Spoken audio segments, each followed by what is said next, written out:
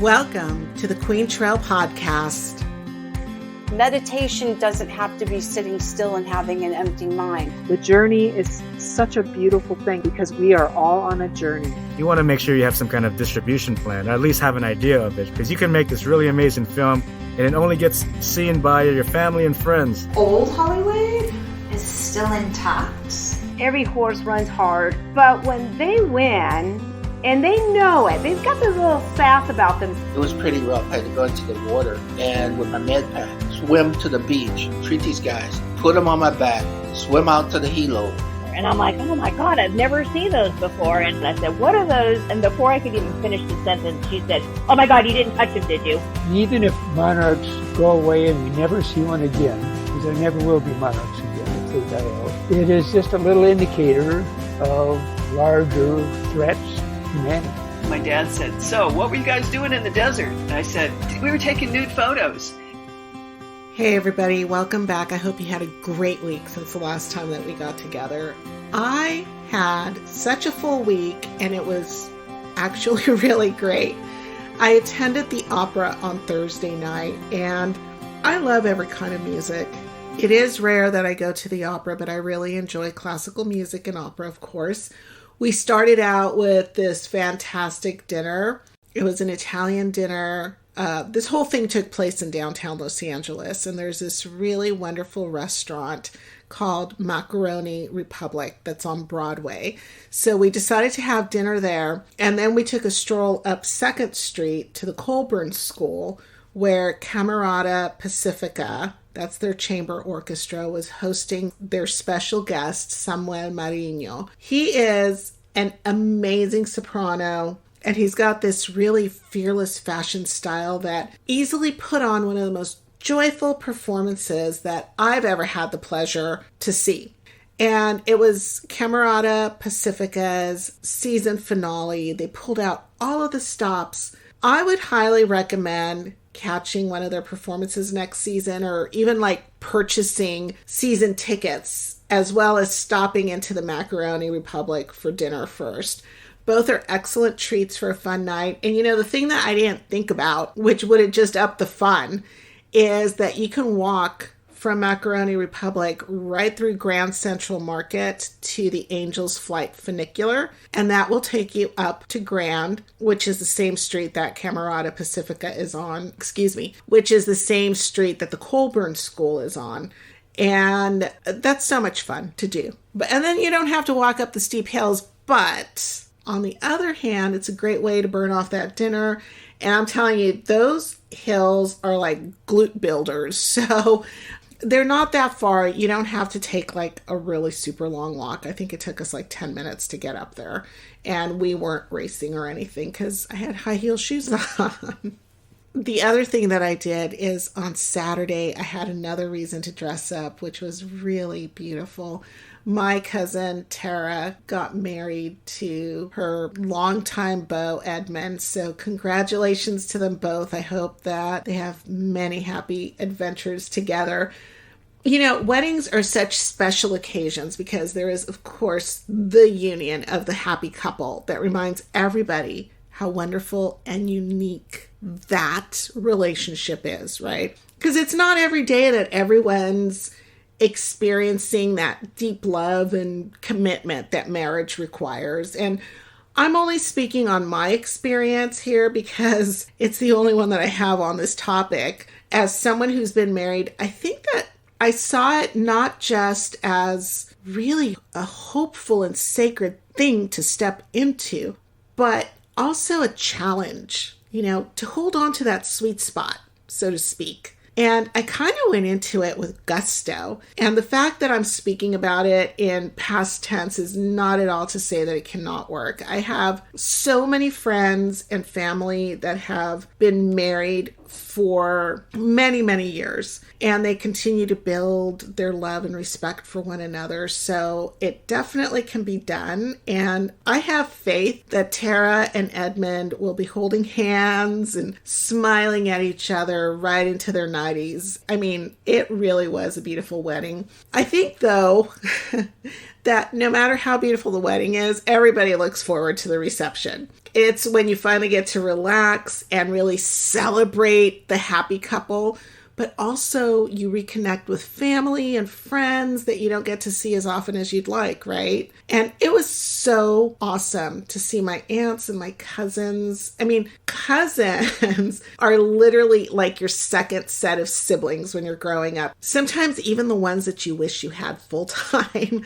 And I think that's because they're not full time, right? Like, time and distance makes the heart grow fonder. They're somewhere between siblings and best friends, and that makes them some of the most special people in your life.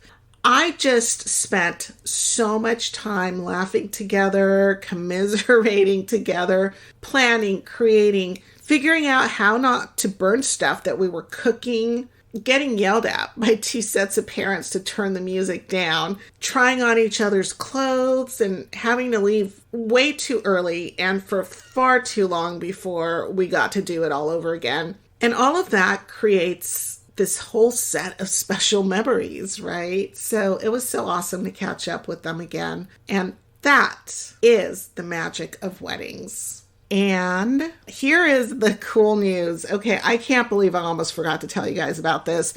Shout Out SoCal. So if you go to shoutoutsocal.com, you can go to the Decision Makers series and then scroll down till you get to my interview, or you can go to the little magnifying glass in the upper right-hand corner, click on that and do a search for Sil Annan, and it'll pop up that way. I will also put links in the show notes, so I hope you take a minute to read that and listen to what I have to say about podcasts and writing and filmmaking, and of course my amazing friends. And speaking of friends, this episode is part 2 of my talk with my illustrious, adventuresome friend, Don Atwood, who took off from Puerto Vallarta, Mexico, westbound through the Pacific with his sailing partner, Julie Dunn, to land in French Polynesia. They're currently having the time of their lives. They made it to the Tuamotus, which we talked about in episode 1. So if you have not listened to that episode, please go back and listen to it, because it's just full of adventure and magical, wonderful stories about sailing and all the details that you would want to hear about this trip. So this is part 2. We're going to talk about a whole lot of fun stuff, and we do jump around a little bit, but there's some good stuff in this one. I love it, and I hope that you will too. So please grab a cuppa and join Don Atwood and me in this episode of In the Company of Friends Talks. Enjoy. Life happens, and you've got to do the best with it that you can, for sure. You know, one of the other things that this reminds me of, a few years ago, I went on one of my girls' weekends trips, and it was up to the San Juan Islands. We were going to kayak from San Juan Beach over to Reed Harbor. I forget which island this is on, but it was like a 6.5 hour paddling, through the ocean there. Uh-huh. And it was really, the salmon run was on, and we wanted to see the orcas from our little kayaks. We ended up seeing no orcas on the day that we came out of Reed Harbor. It was just glorious there. The wind had really increased. It was just frigid wind, and it didn't look like the best idea to be out on sea, but our time was up and we had to follow our tour guide, who was experienced in being a kayaker, experienced within these islands there, and also an experienced EMT, which was great, except that for some reason, the information that this gigantic storm was coming at about the point where we were out in the middle of the ocean and really far away from seas was not communicated to him, or he didn't see it on any of his weather reports. And I really thought we possibly could die. What's interesting is that, like you, I just started playing all of these thoughts about my life in my mind. And one of them was, oh my God, I was going to get extra tickets for my kids to come out and enjoy this, and surely they would have drowned. I'm a really strong swimmer. Since a kid, I was on swim teams, water polo teams, high dive teams. I love swimming. And so I didn't fancy the idea of falling out of the kayak in those super turbulent waters, but I felt like, if I fall out, at least I know how to swim and I can probably hang on to this little boat. But it was churning and, waves were going over the top of our heads. And it was a good hour of just struggling in that. And it does really change your perspective. And again, it's one of those things where somebody else might think that it was really not a smart move. But when you go through experiences like that, the way that you see the world and the things that are, it just puts everything into perspective. The things that you think are important prior to that are no longer important. You really see what matters in life. And I think on some level, we should all experience a challenge from nature at some point, because it's very grounding, it's humbling, and it really creates a different way of viewing the world once you've gone through it and survived it. And again, it's a huge risk, because none of us might have survived that. It was pretty crazy. Well, it kind of gets back to that platitude of that which does not kill us makes us stronger. It really is true, though. And you're right. If people can have these experiences where hopefully they survive, you walk away with it with a different perspective and appreciation for the gift of life that we have. And maybe even it could alter the course of your life with regards to what you choose to do or how you choose to live that life. But in a survival situation with you, Syl, I wouldn't bet against you. I think you're a pretty good survivor. I think I am too. And is that story the one that you just told me about having to chase your boat? Because that kind of made my heart go into my throat, or sink into my belly, whichever one it was. Just the idea that you're chasing down this boat that's bigger, heavier, has a sail on it, it's got wind pushing it, and it's created to flow along like that. It just really kind of scared me, and I'm really glad that you made it. But is that me too? Yeah. Is that the scariest thing or the most exciting thing that's ever happened while you're out there sailing? I'm trying to think of other ones. That's the one where, by virtue of the nature of it, swimming along by yourself, I probably had the greatest opportunity to be thinking about the situation as it was occurring. Sometimes emergencies arise that you have to respond immediately, and you don't actually ponder it till after the fact. Here's one that, right, in the throes of it, I had a chance to kind of contemplate the situation, my life, the overall circumstance. And I think in that way, it lent a lot more meaning to it. I'd have to think a little bit if there's other moments in other travels, and I'm sure there have been, but nothing's springing forth at this second. I just think this is so amazing, so adventurous. I, of course, have watched some nautical documentaries. There's one with the nautical team. I think that they're called The Maidens. Oh, yeah, right. Uh-huh. So there was a documentary that was recently done with them. They were going around Cape Fear. That seemed pretty crazy, and a lot of the things that they had to prepare for. But maybe 20, 30 years ago, I read another account of the first young girl to sail around the world, and the difficulties that was, despite all of the preparation and having places that were marked for her to stop, and all of the magnificent adventures and just exquisitely spectacular days that she also encountered.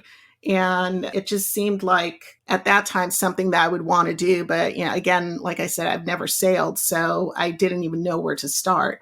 That was Tanya Abbey, and I too read her book. In fact, I had an opportunity to go and listen to her speak. I think I purchased the book there. I took my own copy of it there and had her sign it. It's still a prized possession of mine, and it has something. May you follow all your dreams and adventures, Don. Signed Tanya Abbey. She was a bit of a misbegotten teenager, kind of a bit lost. And she sought this out, and I think the courts even tried to intervene to keep her from going forth. A lot of criticism of her parents for supporting this. And yet she did it, and it was a marvelous adventure, and it changed her life, made her a much better person. But those kinds of stories can really be inspirational. And I think particularly for women, having good women role models is important. So yeah, Tanya Abbey is quite a remarkable woman. There have been others. There's a really good Netflix video, and I'm drawing a blank on the name of the young woman who circumnavigated without stopping. And she had lots of interesting adventures along the way, but she's down in the very worst possible seas of the Southern Ocean. But it's a good story, and it was a video that was well made and well worth watching. So these things are inspirational, and that's the kind of thing that got me going as a youth and continues to carry me forward. So we all need those models, I think, to do the best in our life. Yeah. You're only a couple of weeks away, or maybe even just 1 week away. Yeah, probably. I'd say probably a week and a half or so, we'll start looking for optimal weather. We need to get out into the trades leaving Mexico. So be waiting for conditions that aren't storm conditions, winds in a favorable direction. In winds, I don't want to be motoring out to start an adventure like this. I want to be hopefully sailing happily out of the Puerto Vallarta area and heading to the southwest there. And the 3,000 miles that you mentioned actually is the very first step. That's just to get to the very first island. Beyond that, there's another 7,000 miles of Pacific Ocean that lurks behind. So this truly is a great adventure that will last probably multiple years, and we'll just kind of take it one day at a time. Hopefully come back as a much better guitarist with that practice time on board the boat. And I'll probably catch up on my reading like a lot of folks. You acquire a stack of books or a stack of Kindles that you want to read. And I think I'll finally have my opportunity to start plowing through them and even going back and reading some physics textbooks that I've always wanted to read. I was going to mention a couple of books that I think you would really like. I just finished reading Soul of an Octopus. Have you read that one? No, I haven't. Although I'm a giant octopus fan. So yeah, I'd like to. Tell me about it. Yeah, it's a nonfiction book, and it really starts out in, I want to say it's Boston. There's a big aquarium on the East Coast, and this woman, I'm forgetting her name, it's terrible. I will put a link in the show notes because I don't have it in front of me. She is a researcher, and it won one of the best science research awards for that year. And it takes you on a journey of meeting different octopuses. And then at some point she decides to learn how to scuba. It's just a wonderful story. I loved every bit of it. It was really a worthwhile read. And then the other one that is sort of an adventure, rugged type of book is Of Wolves and Men, which I'm currently reading right now. There's a whole section in the middle about how cruel humans have been to the wolves that I kind of sort of skipped over because I didn't want to read all of that.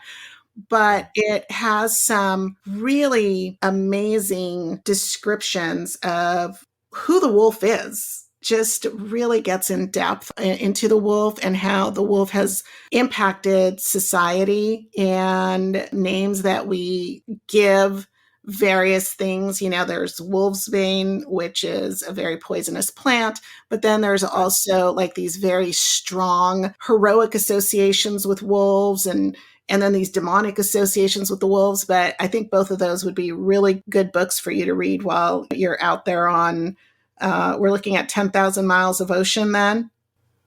These sound like really good recommendations for reads. On the wolf, we anthropomorphically, we can sort of project feelings, sentient feelings onto wolves like we can with dogs and cats.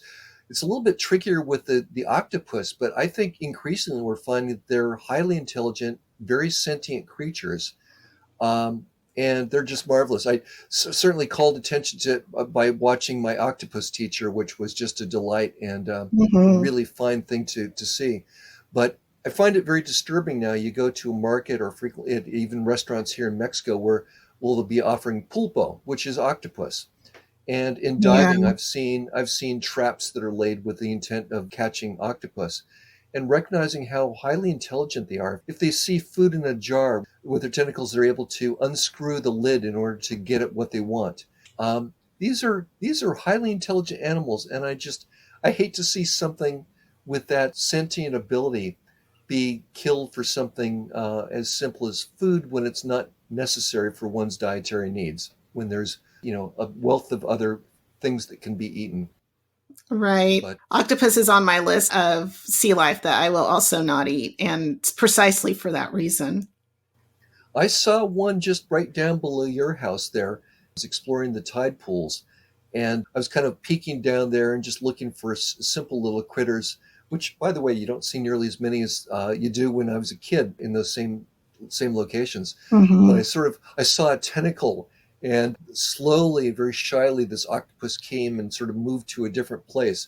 But he was a good sized one, so it's a joy, and I hope people can just appreciate the wonder of things rather than finding the need to kill it, eat it, whatever they're trying to do. You know, one of my good friends is a docent over at the Cabrillo Marine Aquarium. And actually, I've got one that's a docent there. And then I've got another friend who is an educator at the Cabrillo Marine Aquarium. And I was mentioning to her, because I know you and I have talked about this before, that when we were kids, these waters were teeming with marine life. You know, you could go down there and spot nudibranchs and sea cucumbers and sea hares and sea stars and all of those sea things. And now it's decimated, and it's kind of, I mean, it really is kind of sad to walk along there, you know, with the goal of, is there at least one thing that we can see while we're here?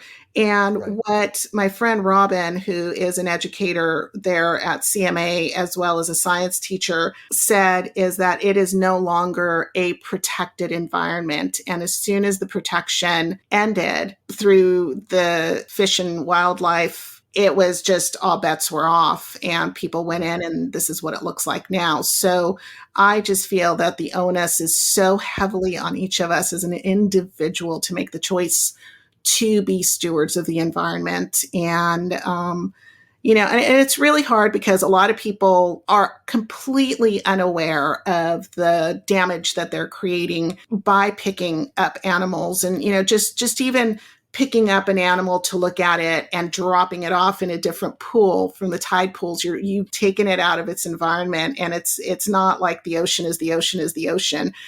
It would be like, you know, picking us up and putting us in a different home and saying, well, you're still on the same block. You know, it's not our home. So that's what's happened there, which is a shame. And I hope that it gets some protection again, and or at least, you know, people become a little bit more mindful and aware of what's going on there. But that's super cool that you were able to see an octopus there at all.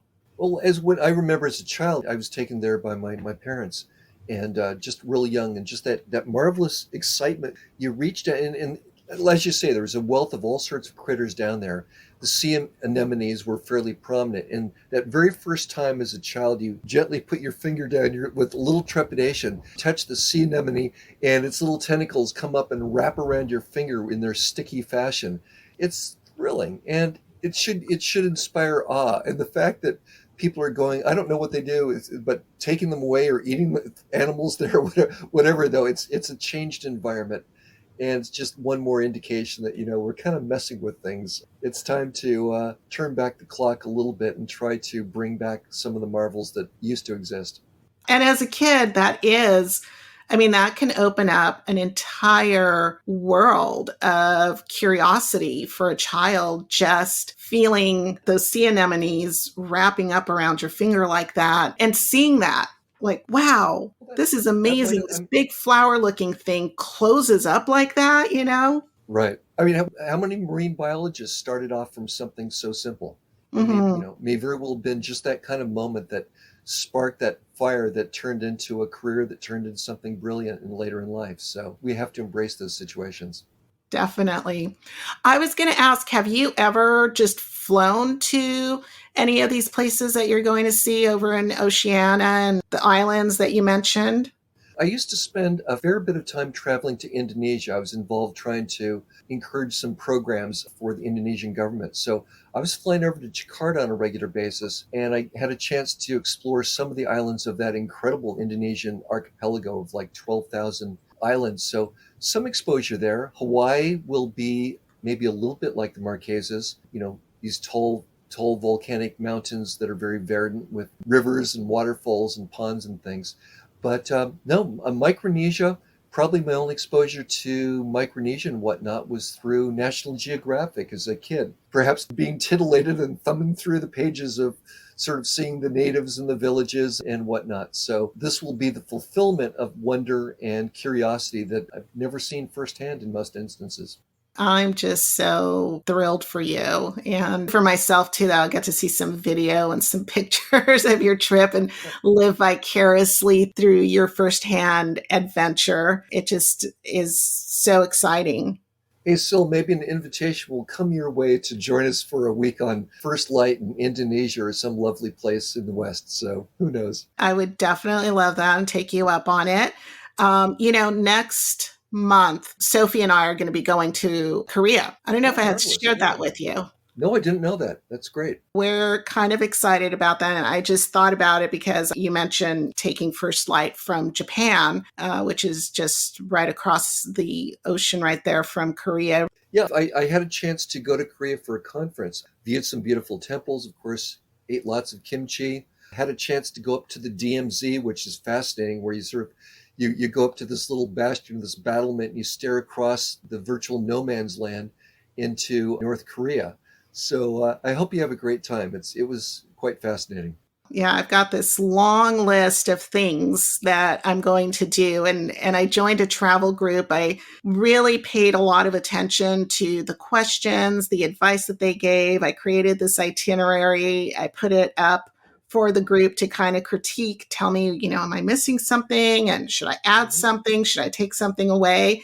And most everybody really liked the itinerary, but there was one lady who said, I'm already exhausted looking at this. Right. Yeah, you can try to take in sometimes too much. But you're a savvy traveler. I imagine you won't do that. The only admonition I would have is not to spend all the time in Seoul. Seoul's a big, glistening city, but it's like so many other cities around the world. I'm sure the real interesting things are once you get out of Seoul and you start to explore smaller communities or little towns in the countryside. It's got to be really beautiful. Yeah, I'm excited about it. So you're going to be traveling and I'm going to be traveling at the same time for a very short part of your journey. If you get a window seat and you look down as you're flying over the Pacific Ocean, maybe you'll see a little speck of white way down below.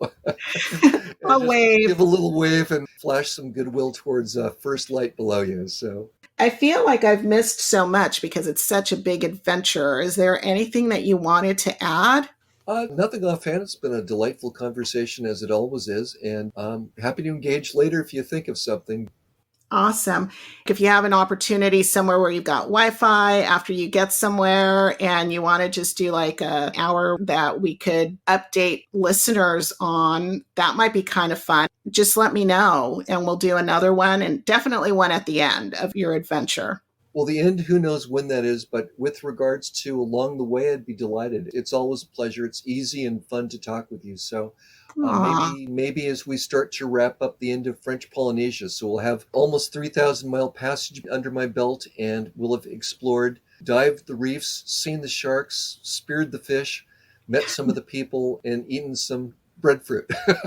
So Definitely. We'll have more tales to tell. And I want to hear about whales and the pelagic birds and any of that interesting stuff that's going to come your way. Are there like sea mammals out that way? I don't know. I've had my share of sea lions here in the Sea of Cortez. And where I am right now, we seem to have a whole lot of pelicans. You'll glance out and all of a sudden there's this explosion in the water. And it's one of these big ungainly birds doing his free fall crash into the water. But amazingly successful and magnificent birds in their own way.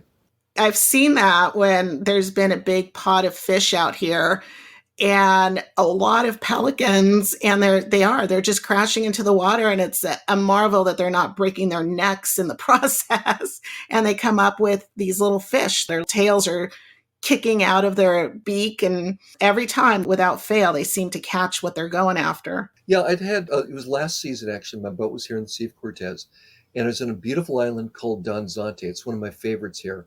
Really nice anchorage. And the stern of my boat had swung around, and I was within probably 50 feet of this cliff that was rising up. And it had egrets and small gulls. It had pelicans. There were frigate birds flying overhead. And it was just a delight to sit there in the back of the boat and watching these birds diving in. And there was also this virtual river of sardines that were swimming along the shore. And these birds were just going absolutely crazy diving in. And to just watch that unperturbed was quite a neat thing. Really enjoyed it. You know what I've been meaning to ask you every time you mention that you're at the Sea of Cortez? I had watched this documentary, and, they did it in a very scary way, of the Humboldt squid that are in the Sea of Cortez. Have you ever run into those, and are they as fearsome as they make them sound out to be? Well, from what you've just said, I'm happy that I've never run into one, but I have to admit, I've never seen them. I think usually their denison's quite deep, so it's the kind of thing that you would be more inclined to see come up in a net, right? I think that they're pretty deep down. I mean, they literally made it sound like they were the Kraken, Yeah, right. It's kind of when you look at these epic battles that exist between, the kind of thing that the sperm whale would be diving for and come up gnashing his teeth as the tentacles of this squid are wrapped around him. So, yeah. Yeah, absolutely. That's exactly the picture. So I'm glad you've never run into any of those. Me too. I don't know if you're going to get to hear it because you're not going to have any Wi-Fi, right?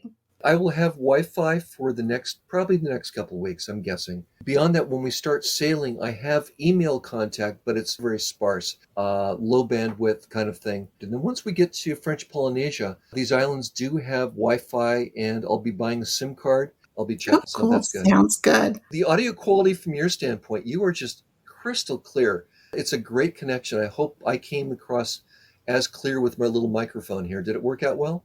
I won't know until I download all of the audio from today, but live listening to you, it sounds really good. And so I think it's going to translate as well as it sounds. I don't think there's going to be a problem whatsoever. Well, Silly, you've really upped your game. I mean, think back to, was I the very first interviewed person? Yes, I ambushed you. And also, there were a few things that went wrong. One, my mom had just fallen, and so I was very concerned about that. And then the other thing is that we did it in a restaurant, and the folks in the back stood right behind us and talked through the whole entire conversation that you and I were having. Even with friends that are local that you could talk to, there is a merit to just going off to a private place, or even doing it the way we're doing. This is marvelous. In a way, it's almost easier to talk and very comfortable just to chat with you, visualizing you on the other end someplace in the great distance. But yeah, this has worked out well and is a comfortable way to be interviewed and to be able to speak without any anxiety. So it works, and you've upped your game, and the audio quality lately has been great with your podcast. Oh, I'm so glad to hear that. You were the door that opened up the possibilities to future podcasts that are definitely sounding a lot better. And I feel so much more in my element, so much more comfortable. It's easier to talk to people. It's easier to ask the right questions, even though I know I had like 20 other questions that just kind of went out of my head as I was getting excited about things you were saying. So I know that when we connect again, I'll ask you about them. And I'm sure that the responses will be quite different than they would have been now. Technology-wise, though, using my phone and this little microphone, I'm sold. And having you in the headphones, I think, is really nice. Any outside distractions I'm not aware of, you might be hearing them. Yeah, there may probably motorboats and things going by, which might be a little bit distracting, but hopefully not too bad. It's fairly quiet here today, so we found a nice opportunity. That's kind of charming to have a little bit of that background. I think the ship's clocks are kind of fun. So the ship's clock, it turns out, was this is kind of a fun little aspect if you're still recording, but the ship's clock ringing, that has a great deal of sentiment for me. When I was a little boy in Belmont Shore, my parents, they were, I guess, enthusiastic about the ocean. We lived very close to the ocean. And the ship's clock has been sitting in the maternal home until the passing of my mom a number of years back. And of all the things that I could have taken from the house, as my brother and I inherited things from my mother, the only thing that I really wanted most was the ship's clock, because I grew up with it ringing out its time every single day of my life when I lived in that home. and there might be some foggy morning in Belmont Shore where you could hear it. It was more frequent back then, but you'd hear the ship's horns blowing as the ships were out in the fog of Port of Los Angeles off the coast of Long Beach there. And just the fog wisping into my bedroom window and the ringing of the ship's clock. I'm sure it was priming me for a future as a sailor. I'm sure that it was too, Don. This is such a wonderful adventure. And just for the record, this was recorded from a very cool location. There you go. And maybe in Tahiti, it'll be the trade winds will be blowing through the palm trees, and I'll go outside so we get the full ambiance. Yeah, that would be really wonderful. That would be really wonderful. Please take a moment to check out the show notes for selected links. Also, keep sending me your questions and comments. I love reading them all, even if I don't respond to all of them. And also take a moment to rate this episode because your ratings really do help move this podcast closer to the top of searches so that my friends and I can reach more people. I'm looking forward to sharing more upcoming In the Company of Friends talks with you. So be sure to follow me on the socials and the .com, all at the Quaintrelle Podcast. That's TheQuaintrelle Podcast. I am Sil Annan, the Quaintrelle, and until next time, I wish you passion, adventure, zest for life, intrepidness, curiosity, elegance, and beauty.